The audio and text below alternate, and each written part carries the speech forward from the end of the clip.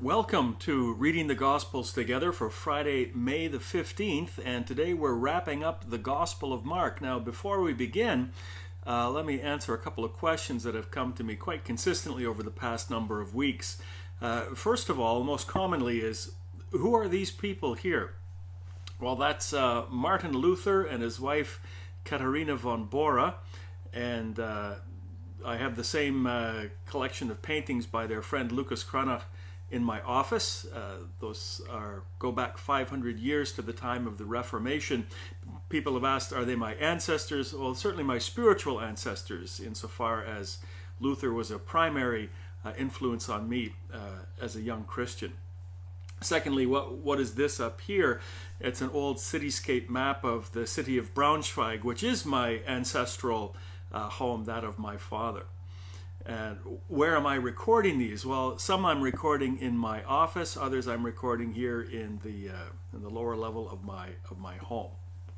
So hopefully those are the most pressing questions that I get asked. But today, more importantly, we're wrapping up the Gospel of Mark. Now, my goal over the past number of weeks has been to help you hear the voice of Peter speaking through this Gospel, to catch a more intimate glimpse of the disciple to whom perhaps we can best relate.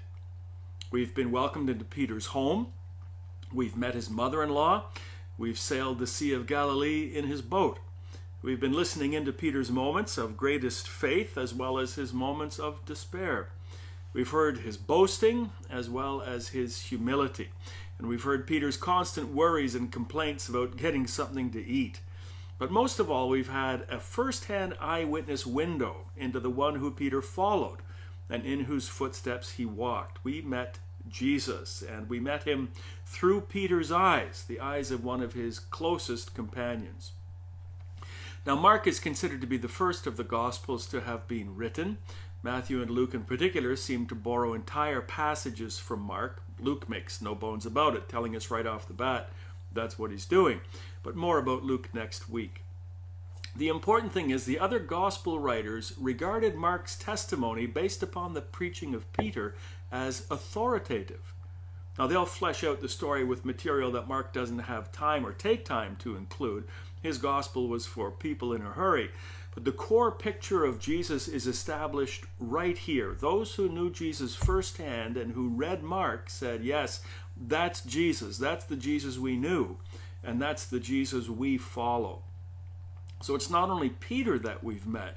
It is Jesus, the real Jesus. If you're ever in doubt as to what Jesus said or did or why he did what he did, go back to Mark and read it again. We also met Mark himself. While faithfully recording Peter's memories, Mark nevertheless is the one who puts it all together. And we've seen how Mark is sensitive to both those of his readers who are of Jewish background as well as those who are of Gentile background. Mark weaves these two strands of believers together and shows them a Messiah who is for all people. In Mark, Jesus is for everybody. Everybody's invited, and everybody is called to follow him. It's possible we even caught a glimpse of Mark himself as he works himself into the story. It's possible it was in his family home that the Last Supper was held. It is possible that Mark followed Jesus and the disciples to the Mount of Olives and into the Gethsemane cave. And it is possible that it is none other than Mark who eludes arrest by leaving his nightshirt in the hands of a baffled soldier and running off naked in the dark.